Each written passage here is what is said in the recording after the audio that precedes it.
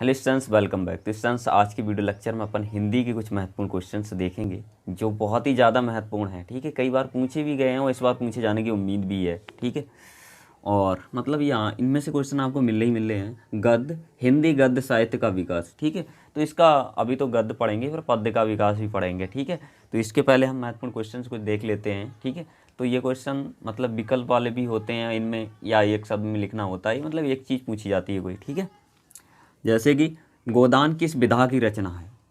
तो गोदान की मतलब किस विधा की रचना है। विधा मतलब ये उपन्यास है, नाटक है, कहानी है, निबंध है, क्या है ये। ठीक है, तो ये एक उपन्यास है। अच्छा, गोदान के लेखक आपको पता है किस, मतलब ये किसकी रचना है। इस गोदान का राइटर, लेखक कौन है? मुंशी प्रेमचंद हैं। ठीक है, अगर तुमसे लेखक पूछ लिया जाए, ठीक है, गोदान किस विधा की रचना है, तो उपन्यास है। और गोदान किसकी रचना है, मतलब लेखक का नाम लिखना होता है उसमें। ठीक है, तो मतलब ये मुंशी प्रेमचंद की है। ठीक है, तो याद भी करते जाओ, लेखक भी याद कर लो और विधा भी। ठीक है, ये उसके बाद है कला और संस्कृति के लेखक कौन। इसमें लेखक पूछ रहा है। ठीक है, तो इसके लेखक हैं वासुदेव शरण अग्रवाल। अच्छा, एक ये भी काफ़ी महत्वपूर्ण है, जो कल्प वृक्ष। कल्प वृक्ष किसकी रचना है, मतलब इसके लेखक कौन है। तो इसके लेखक साहब यही हैं। ठीक है, वासुदेव शरण अग्रवाल। तो मैंने जो महत्वपूर्ण है ना, किसी किसी लेखक की दो दो रचनाएं पूछ ली जाती हैं, मतलब कभी कभी कल्प वृक्ष आ जाती है, कभी कभी कला और संस्कृति पूछ लेता है। तो दोनों ये रचनाएं वासुदेव शरण की हैं, तभी मैंने साइड में लिख दी है। ठीक है, उसके बाद है भारत दुर्दशा किसकी रचना है। तो भारतेंद्र हरिश्चंद्र। ठीक है, तो और दूसरी रचना इनकी और भी है एक, अंधेर नगरी। अगर पूछा जाए अंधेर नगरी किसकी रचना है, तो अंधेर नगरी के लेखक हैं भारतेंद्र हरिश्चंद्र। ठीक है, तो क्लियर। उसके बाद है चौथा क्वेश्चन, पैरों में पंख बांधकर, मतलब ये किसकी रचना है, इसके लेखक पूछ रहा है। राम वृक्ष बेनीपुरी हैं इसके लेखक। ठीक है, किसके लेखक हैं, पैरों में पंख बांधकर। ठीक है, राम वृक्ष बेनीपुरी। अच्छा, उसके बाद है नीड़ का निर्माण फेर फेर। ठीक है, फेर है। ठीक है, नीड़ का निर्माण फेर किस विधा की रचना है। विधा पूछ रहा है, मतलब लेखक ने इसमें अपनी आप बीती लिखी है, मतलब आत्मकथा है ये।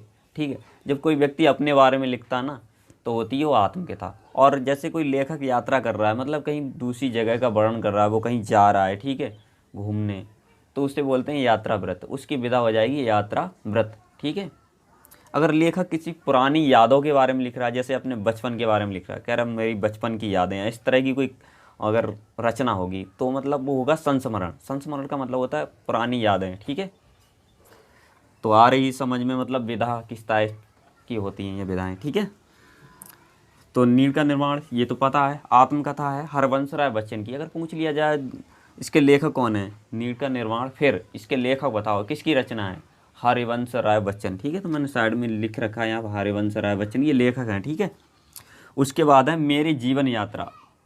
देखो, मेरी जीवन की यात्रा, तो मतलब जीवन बचपन से लेकर के बुढ़ापे तक चलता ही रहता है इंसान का, है ना। अगर कोई व्यक्ति अपने जीवन के बारे में लिख रहा है, जीवन की यात्रा के बारे में लिख रहा है, तो मतलब उसकी पुरानी यादें होंगी ना, पुरानी यादें भी होंगी उसमें शामिल, तो वो हो जाएगा संस्मरण, मतलब पुरानी यादें। देखो, संस्मरण, इसकी विधा हो गई संस्मरण। ओके, देखो यहाँ पे मेरी जीवन यात्रा है ना। उसके बाद ध्रुव स्वामिनी नाटक के रचनाकार जयशंकर प्रसाद हैं। ठीक है, अगर इसकी विधा पूछी जाए ध्रुव स्वामिनी किसकी रचना, तो जयशंकर प्रसाद की। ये मतलब इसकी विधा बताओ, ध्रुव स्वामिनी रचना किस विधा की रचना है, तो ये नाटक है इस। ठीक है, अच्छा, आवारा मसीहा किसकी रचना है, तो हरिशंकर परसाई की आवारा मसीहा। ठीक है, उसके बाद है परीक्षा गुरु,